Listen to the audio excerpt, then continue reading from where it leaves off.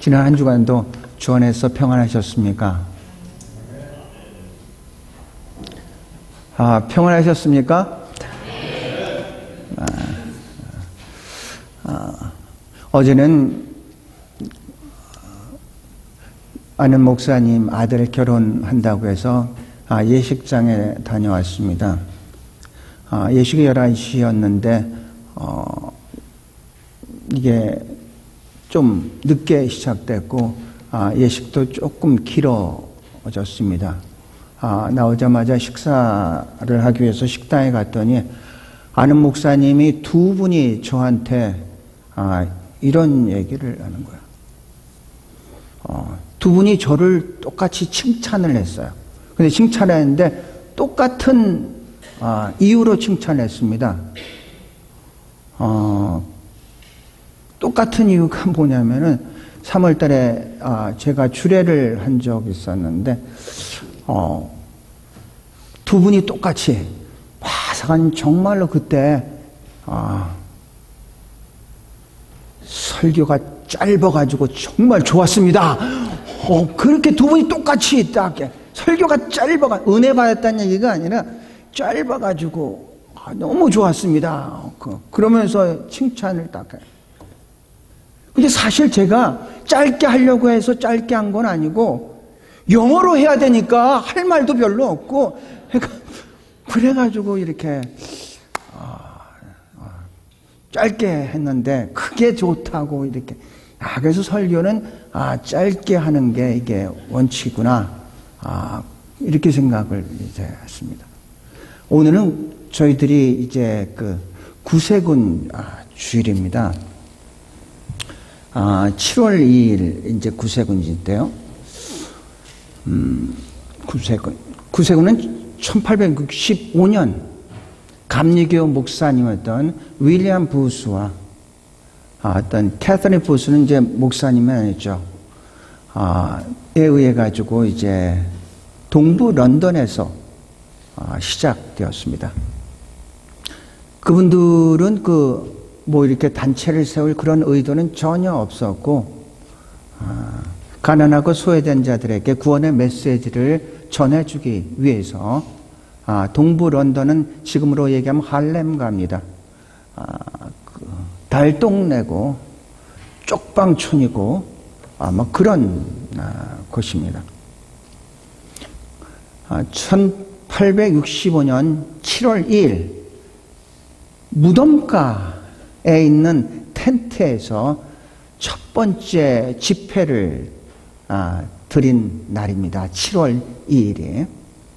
예수 그리스도께서 베들레헴에서 초라한 말구유에서 탄생하셨던 것처럼 구세군은 동부 런던의 황량한 거리에서 이제 태어났습니다.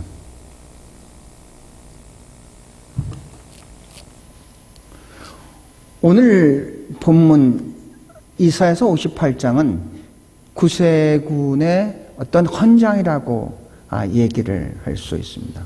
오늘의 제목은 내가 기뻐하는 금식은입니다. 첫 번째 구절입니다. 내가 기뻐하는 금식. 하나님이 기뻐하는 금식은 어떤 금식인가? 하나님이 기뻐하는 금식, 우리는 금식을 얘기를 할 때는 어떤 목적이시 안 먹는 거, 어떤 그 금식을 통해서 자기 성찰을 하고 하나님과 좀 더 가깝게 교제하기 위해서 하는 그런 금식을 얘기를 합니다. 금식이 있고 금식이 있고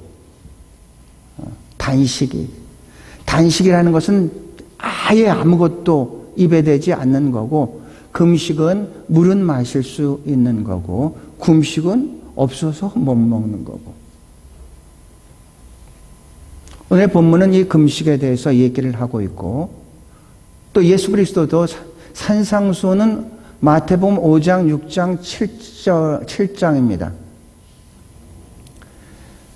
모세가 십계명을 시내산에서 받은 거라면은 신약에 와서는 예수 그리스도의 산상수훈이 바로 이 모세 시내산의 것을 율법을 이어지는 것입니다. 모세가 받을 때는 이것을 잘 지키면 구원시키다는 것이 아니라 구원받은 자는 이렇게 살아가야 된다는 뜻입니다. 산상수훈이라는 것은 이것을 잘 지키면 내가 너를 구원시키겠다는 얘기가 아니라 구원받은 자들은 이렇게 살아가야 된다라는 그런 의미를 가지고 있습니다. 거기서 6장에 보면은 금식에 대해서 나와 있습니다. 예수님께서 간단합니다. 너희들이 금식을 할 때 외식을 하지 마라. 그 얘기입니다. 뭐 외식이라는 건 바깥에는, 안에서는 금식하고 바깥에는 외식 나가, 그런 뜻이 아니라 외식. 사람 앞에서 하지 마라. 보이기 위해서 하지 마라. 자랑하기 위해서 금식하지 말라. 이제 그런 뜻입니다. 이사야서 58장을 보면 이들은 금식을 하면서 하나님 우리의 기도를 왜 안 들어줍니까? 이렇게 얘기를 합니다. 제가 거기 앞에 절을 잠깐 읽어볼게요. 3절을 보면 우리가 금식하되 어째 주께서 보지 아니하시니까? 우리가 마음을 괴롭게 하되 어째 주께서 알아주지 아니하시나이까?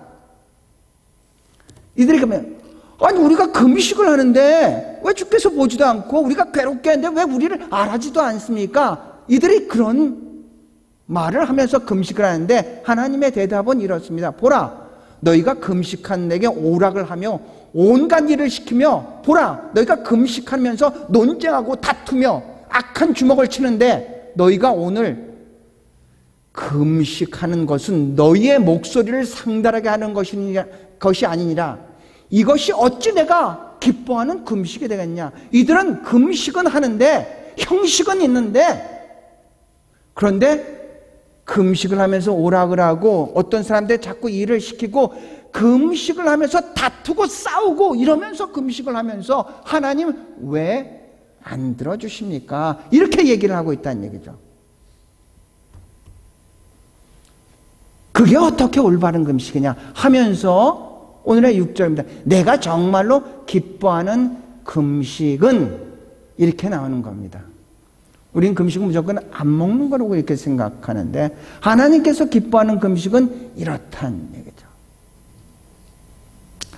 다시 한번 읽어보시겠습니까? 같이 읽어보겠습니다.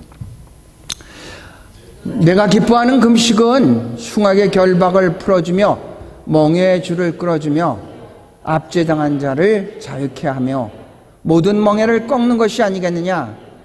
또 둘인 자에게 내 양식을 나누어주며 유리하는 빈민을 집에 들이며 헐벗은 자를 보면 입히며 또 내 고륙을 피하여 스스로 숨지 아니하는 것이 아니겠느냐. 그리하면 내 빛이 새벽같이 비칠 것이며 내 치유가 급속할 것이며 내 공의가 내 앞에 행하고 여호와의 영광이 내 뒤에 호위하리니 내가 부를 때 나 여호와가 응답하겠고 내가 부르짖을 때에는 내가 여기 있다 하리라.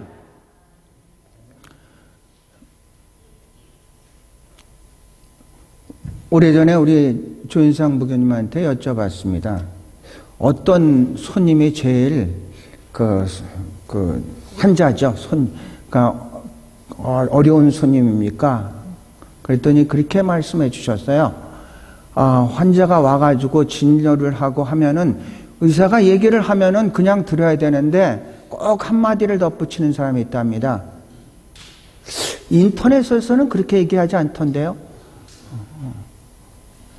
아마 우리 장 변호사도 뭐 마찬가지일 것 같아요. 그런 게 있을 것 같은데 목사가 꺼려하는 성도들이 있습니다.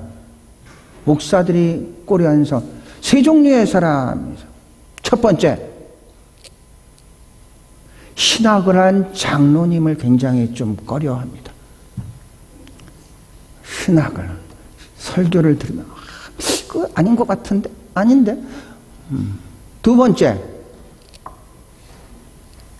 매 주일 금식하는 권사님이 굉장히 꺼려진다. 세 번째,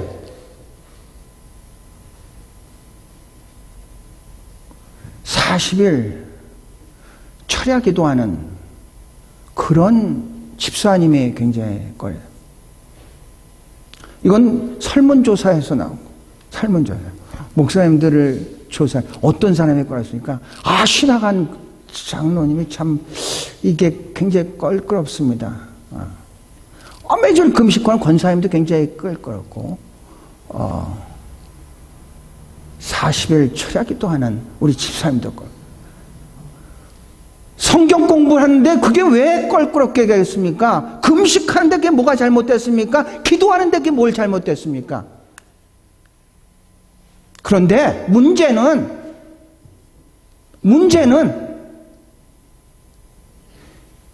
기도를 통해서, 금식을 통해서, 성경을 통해서 자기 성찰을 해야 되는데 마치 그것들이 자기의 훈장으로 생각하고 상대방을 정죄하고 판단하는 도구가 된다는 얘기입니다. 너 당신 금식도 못 해봤어? 그 성경 잘 몰라? 기도 안 하는구만 요새. 자기가 한 것이 자기의 의가 돼가지고 다른 사람들을 정죄하고 판단하는데 사용한다는 얘기입니다.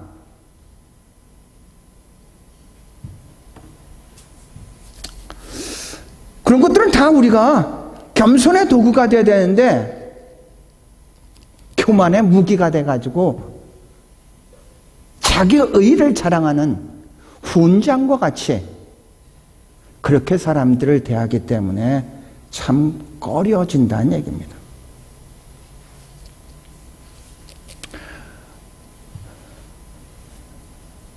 하나님이 정말 원하시는 금식, 그런 금식이 아니라고 얘기를 합니다. 잠깐,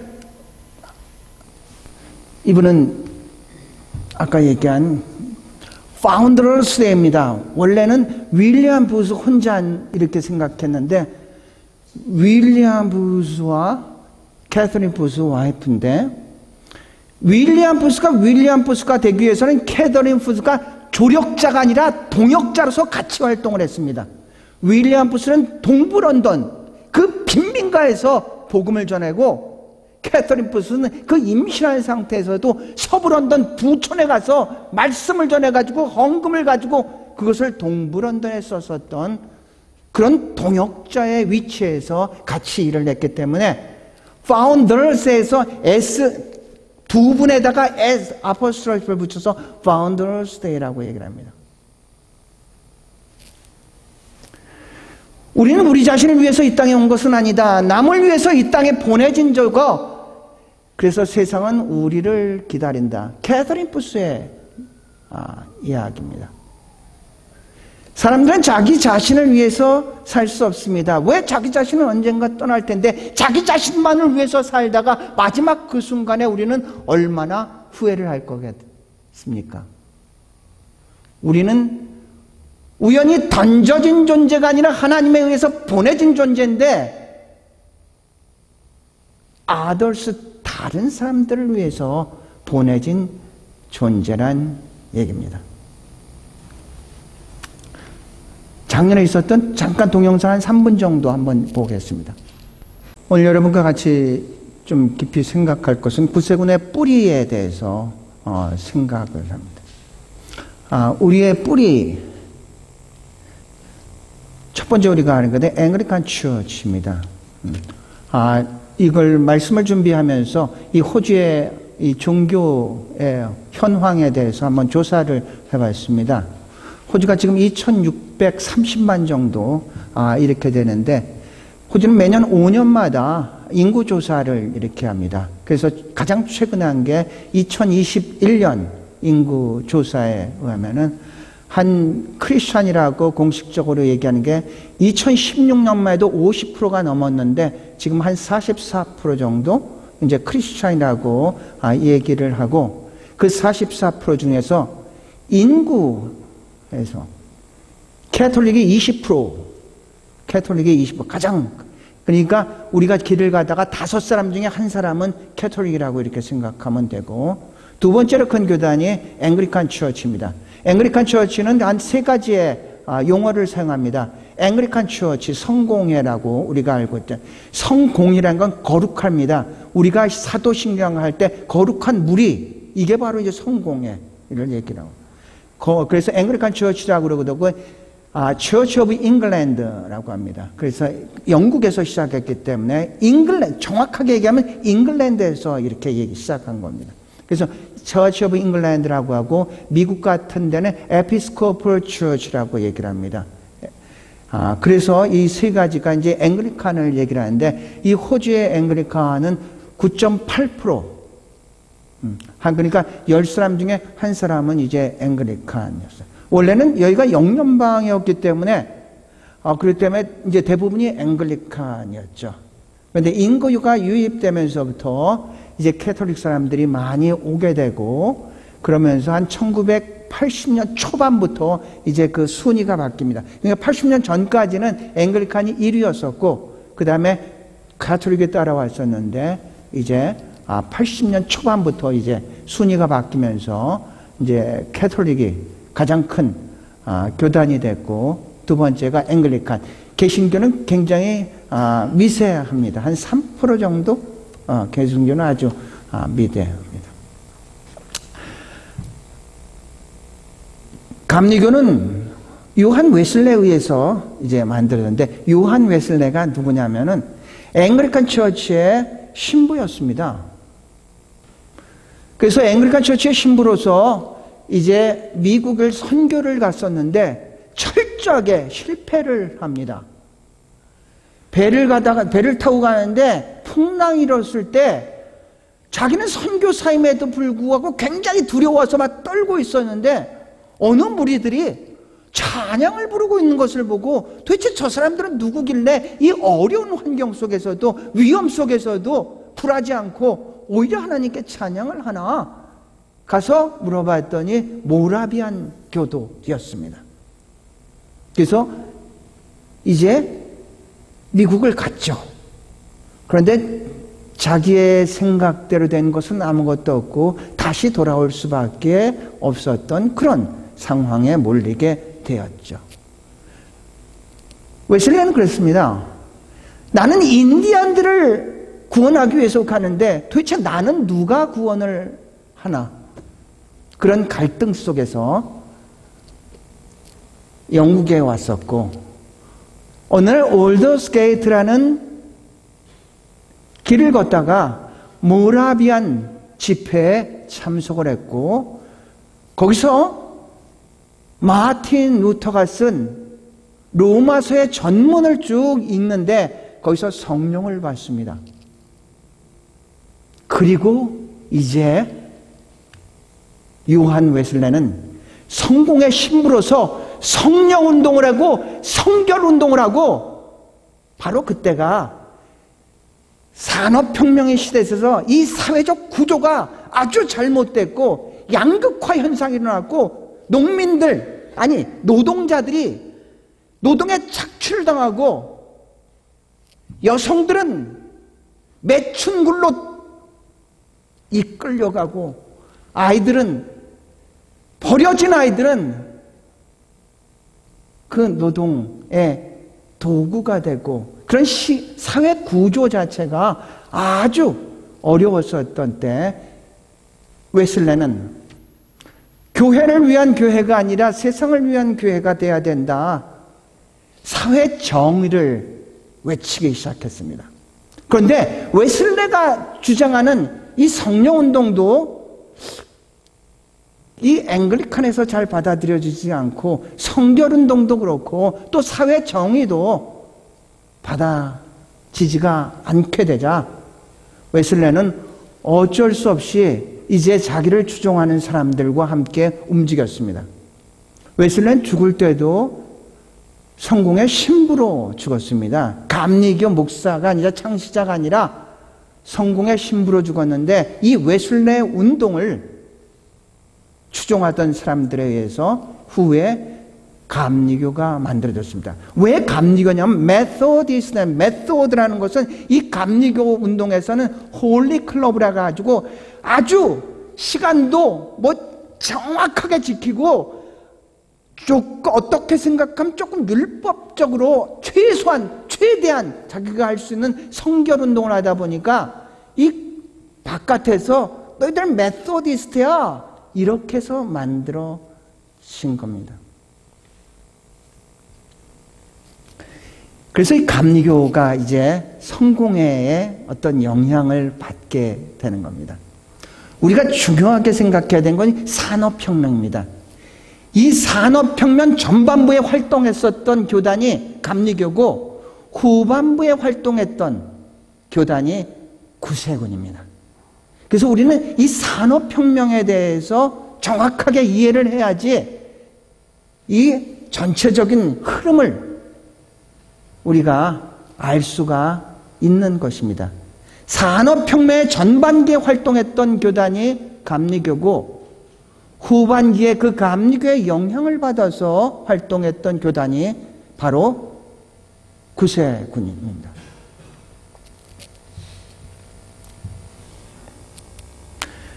산업혁명입니다. 이 산업혁명은 혁명이라는 표현을 썼습니다. 혁명이라는 것은 무슨 의미냐면은 그 혁명 전과 혁명 후는 아주 다른 세상이 됐다는 얘기입니다. 우리가 코로나를 맞이해서 이 코로나가 얼마만큼 강력하게 이 시대에 영향을 끼쳤는지 코로나 전과 코로나 후로 구분을 합니다. 시대를. 그래서 코로나 전 BC라고 합니다. 비포 코로나. 코로나 후 AC라고 합니다. 애프터 코로나. 엄청나게 이 코로나의 영향이 강하기 때문에 그렇게 시대를 구분하는 것처럼 산업혁명이라는 게 이제 그런 의미를 가지고 있습니다. 엄청난 세상에 영국뿐만 아니라 세상에 변화를 줬었던 그런 사건입니다. 산업혁명이라는 것은 간해수공업을 공장기교회, 그러니까 그 전에는 그냥 수공업을 농촌에서 간해수공업을 하는데 그 다음부터 공장기계화로 변했습니다. 급속한 도시화가 일어났습니다. 이 도시화가 우리한테 피부로 이 호주 같은 나라에서 우리가 알 수 있는 것은, 자 보세요. 산업혁명이라는 것은 1760년 정도부터 시작했습니다. 급속도로 도시화가 됩니다. 농촌에 살고 있었던 사람들이 다 도시로 몰려듭니다. 기존의 도시들은 시설이 한계가 있었는데 사람들이 몰려들게 생각하니까 쪽방촌이 생길 수밖에 없죠. 할렘가가 생길 수밖에 없죠. 그래서 만들어진 게 동부 런던과 같은 그런 곳입니다. 범죄가 범람을 합니다.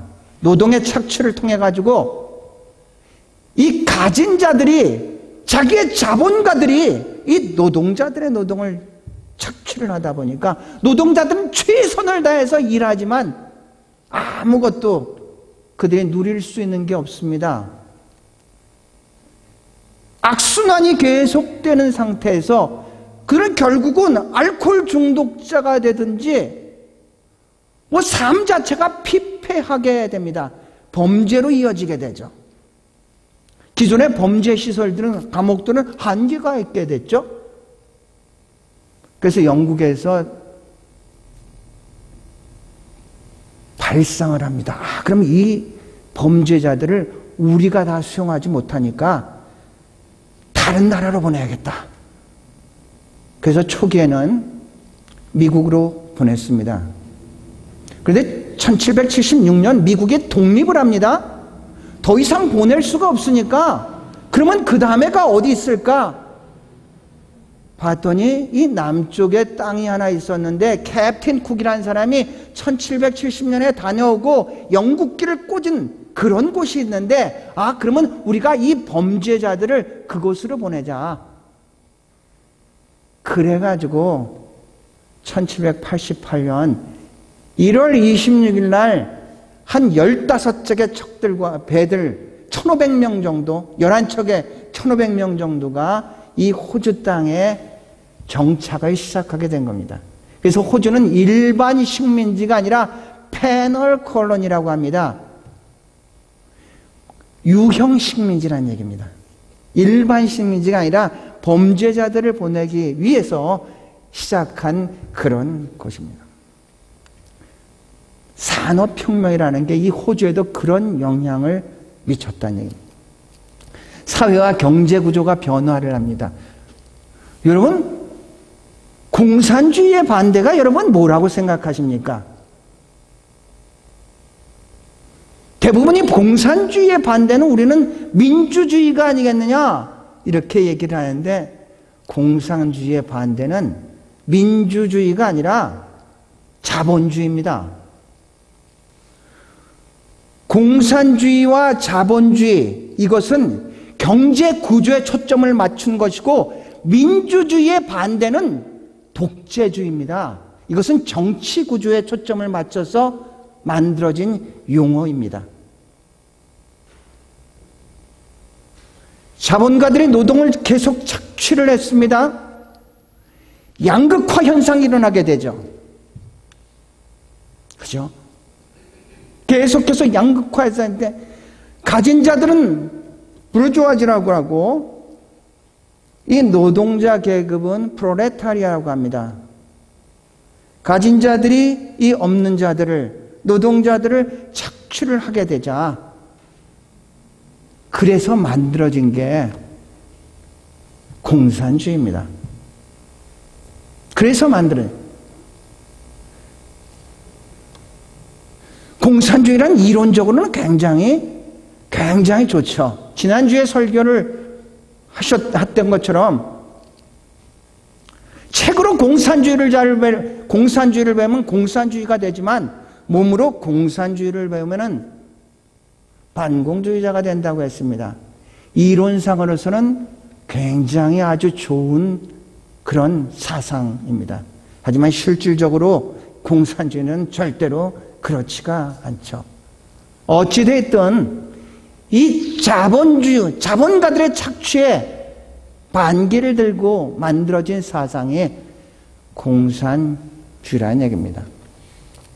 도시빈민이 있고요, 노동 착취가 있고요, 범죄가 증가하대. 이런 현상들이 산업혁명으로서 일어난 겁니다. 물론 산업혁명으로서 아주 긍정적인 것들도 많이 있습니다. 기술이 발달됩니다. 나라가 부강합니다. 그런데 이 기계 소리가 높아지면 높아질수록 노동자의 신음소리는 들을 수가 없습니다. 빌딩이 높아가면 높아갈수록 그 그림자에 가려 가난한 자들의 모습은 보이지가 않았었던 것입니다. 그래서 이러한 상황 속에서 등장한 게 이제 구세군입니다.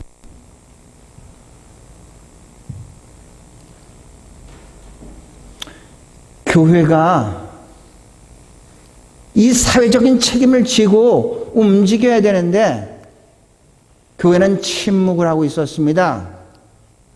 윌리엄 부스는 감리교회 목사로서 동부런던에서 자꾸 자기를 부르는 겁니다. 하나님의 콜링을 받습니다. 똑같은 영혼인데 왜 저들은 저렇게 버려져서 저렇게 죽어가야 되는가에 대해서 계속 고민이 됐던 것입니다. 그래서 그는 감리교 목사를 사직하고 바로 그들이 살고 있는 거리로 가게 되었습니다. 구세군을 생각하면 여러분은 구세군에 속한 사람으로서 우리는 한 세 가지를 분명히 좀 알고 있어야 됩니다. 첫 번째로서 우리 구세군은 조직적으로 인터내셔널리즘입니다. 국제주의를 주장합니다. 개교의 중심이 아니라 국제주의를 지향하고 있습니다. 교회로 얘기를 하면 우린 국제적으로 다 지체의식을 가지고 그렇게 움직이고 있습니다. 우리가 하는 셀프 디나이얼 어필 같은 것, 전 세계 약한 구세군인들을 위해서 그렇게 사용이 되고 있는 것입니다. 구세군은 첫 번째로 국제주의를 지나 두 번째로 인터내셔널입니다. 두 번째로 할 것은요, 우리는 영혼 구원을 넘어서 전인 구원을 지향합니다. 우리는 개인 구원을 넘어서 사회 구원을 또 지향합니다. 사회 구원이란 것은 이 구조 자체가 잘못되면 아무리 개인이 노력을 해도 거기는 한계가 있기 때문에 그렇습니다. 대표적인 얘기가 당시의 상황으로 돌아가자면은 우린 존 뉴턴이라는 사람을 알고 있습니다. Amazing Grace, 이것을 쓴 분이고, 이분은 노예 상인이었죠. 그러다가 폭풍 가운데 하나님을 만나고 이 노예 상인이 얼마나 잘못됐다는 것을 깨닫고 나서 이 노예의 사정들을 누구보다도 잘 알고 있었던 그런 사람입니다. 당시의 정치가에서는 윌리엄 윌버포스라는 사람이 바로 그 사상을 가지고 개혁을 시도를 했었으나 노예제도를 폐지를 해야겠다고 계속해서 국회에 상정을 했으나 받아들여지지가 않았습니다. 결국은 윌리엄 윌버포스가 난 더 이상 이것을 못하겠다 포기를 하려고 할 때 존 뉴턴이 힘을 줍니다. 당신이 이 일을 포기를 한다면은 그러면 누가 이 일을 하겠습니까? 윌버포스는 다시 일어나서 그 일을 추진해서 결국 1807년에 노예 폐지제도를 영국에서 통과를 시킵니다. 그래서 그때 노예제도 폐지 200주년을 기념으로 해서 만든 게 영화가 Amazing Grace입니다. Amazing Grace는 존 뉴턴의 얘기가 아니라 윌리엄 윌버포스의 이야기입니다. 아무리 노예들이 자기 개인적으로 신앙생활하고 개인적으로 구원받고 이걸 했네, 한계가 있는데 그 잘못된 구조를 깨트리는 것이, 그 사회 구조를 깨트리는 것이 바로 그것이 우리 크리스찬이 해야 될 일이다, 그렇게 생각했었던 것이죠. 그래서 구세군은 영혼 구원을 넘어서 전인 구원을 합니다. 뭐라고 했습니까? 교회는 가난한 자의 구원의 방주가 아니었습니다. 부자들의 유람선이었습니다. 빈민들에게 교회의 문턱은 한없이 높았고 생존의 문제로 투쟁하는 사람들의 신앙은 사치품에 불과했습니다. 생존입니다. 생활이 아닙니다. 생존을 위해서 생피풀이 없는 사람들한테는 신앙은 사치품에 불과하지 않는다는 얘기입니다. 구조가 그렇게 된 데서 우리가 도대체 개인으로 살 수 있는 일이 얼마나 한계가 있는가, 그것을 깨닫고 영혼구원을 넘어서 전인구원으로 가야 되겠고 개인구원을 넘어서 사회구원으로 우리가 가야 되지 않겠느냐, 그래서 그렇게 움직였던 것입니다. 마지막 세 번째로서 구세군의 신학은 웨슬리안이즘입니다. 웨슬리안주의라고 하죠. 웨슬리는 누구냐면은 바로 감리교를 창시하신 분입니다. 그 감리교를 창시한 그 웨슬리안을 따라가는 그런 겁니다. 같이 활동하는 사람들은 감리교가 있습니다. 성결교가 있습니다. 구세군이 있습니다. 순복음도 있습니다. 그 용어로만 생각한다면 성결교는 성결에 굉장히 초점을 맞춘 거고, 구세군은 구원에 초점을 맞춘 거고, 순복음은 성령운동에 초점을 맞췄습니다. 그래서 순복음은 성령운동을 굉장히 강조를 하고 있습니다. 구세군에서는 그 용어처럼 두 가지가, 구원과 성결의 두 가지의 기둥이 있습니다. 성결에 구원받았으면 salvation입니다. sanctification입니다. 구원받았으면 성결인데 구원받은 자답게 살아야 되지 않겠느냐. 그런 얘기입니다. 이게 지금 웨슬리안들이 같이 이제 활동을 하고 있습니다. 이건 웨슬리안 교단장들이 거기에 관련된 순복음, 여기 지금 그 순복음 교회 목사님, 저기 여의도 순복음교회 목사님 이용 목사님도 계십니다. 이제 장들이 이제 모여서 같이 이제 활동을 하는 그런 겁니다. 이제 말씀을 마치겠습니다. 정말로 하나님께서 우리에게 기뻐하는 금식이 뭐냐? 이런 금식을 하는 자들에게는 그리하면 내 빛이 새벽같이 비칠 것이요 내 치유가 급속 응답해 주시겠다는 얘기죠. 마태복음 25장을 보면 세 가지의 비유가 있습니다. 첫 번째 비유는 10처녀의 비유가 있고, 두 번째 비유는 달란트의 비유가 있고, 세 번째 비유는 양과 염소의 비유가 있죠. 마지막 때 양과 염소를 가릅니다. 양들에게 얘기를 합니다. 너는 내가 배고플 때 먹을 걸 줬고, 감옥에 있을 때 날 찾았고, 목마를 때 마실 물을 줬고, 내가 펄벗었을 때 입을 옷을 줬다. 양들은 얘기를 합니다. 저희들이 언제 그랬습니까? 저희들이 언제 그랬습니까? 그때 말씀하죠. 너희 가운데 지극히 작은 자 하나에게 한 것이 곧 나에게 한 것이야. 염소들에게 얘기를 합니다. 너희는 내가 배고플 때 먹을 것도 주지 않고, 목마를 때 물도 주시지 않고, 내가 헐벗을 때 뭐 입을 것도 주지 아니하고, 내가 감옥에 있을 때 찾아오지도 않았어. 염소들은 다시 항의를 합니다. 저희들이 언제 그랬습니까? 너희 가운데 지극히 작은 자 하나에게 한 것이 곧 나에게 한 것이야. 우리는 하나님께 뭔가를 하면서 인정해달라고 그러는데, 하나님은 나에게 하는 그것을 지극히 작은 자에게 하라고 그렇게 말씀하고 계시는 거죠. 우리 가운데 어떤 사람이 정말 좋은 인격을 가지고 있는가, 어떤 사람이 참 믿음이 좋은 사람인가는 어떻게 알 수 있냐면요, 그 사람이 지극히 작은 자를 어떻게 대하는가를 보면은 알 수가 있습니다. 사랑하는 성도 여러분, 오늘은 창립자주입니다. 우리는 구세군입니다. 그 창립자의 정신을 우리가 다시 한번 깨닫고, 그 정신이 하나님이 원하시는 그런 정신이고, 그 정신으로 무장해서 우리가 세상 속에서 빛과 소금으로 살아갈 수 있기를 주의 이름으로 축원합니다.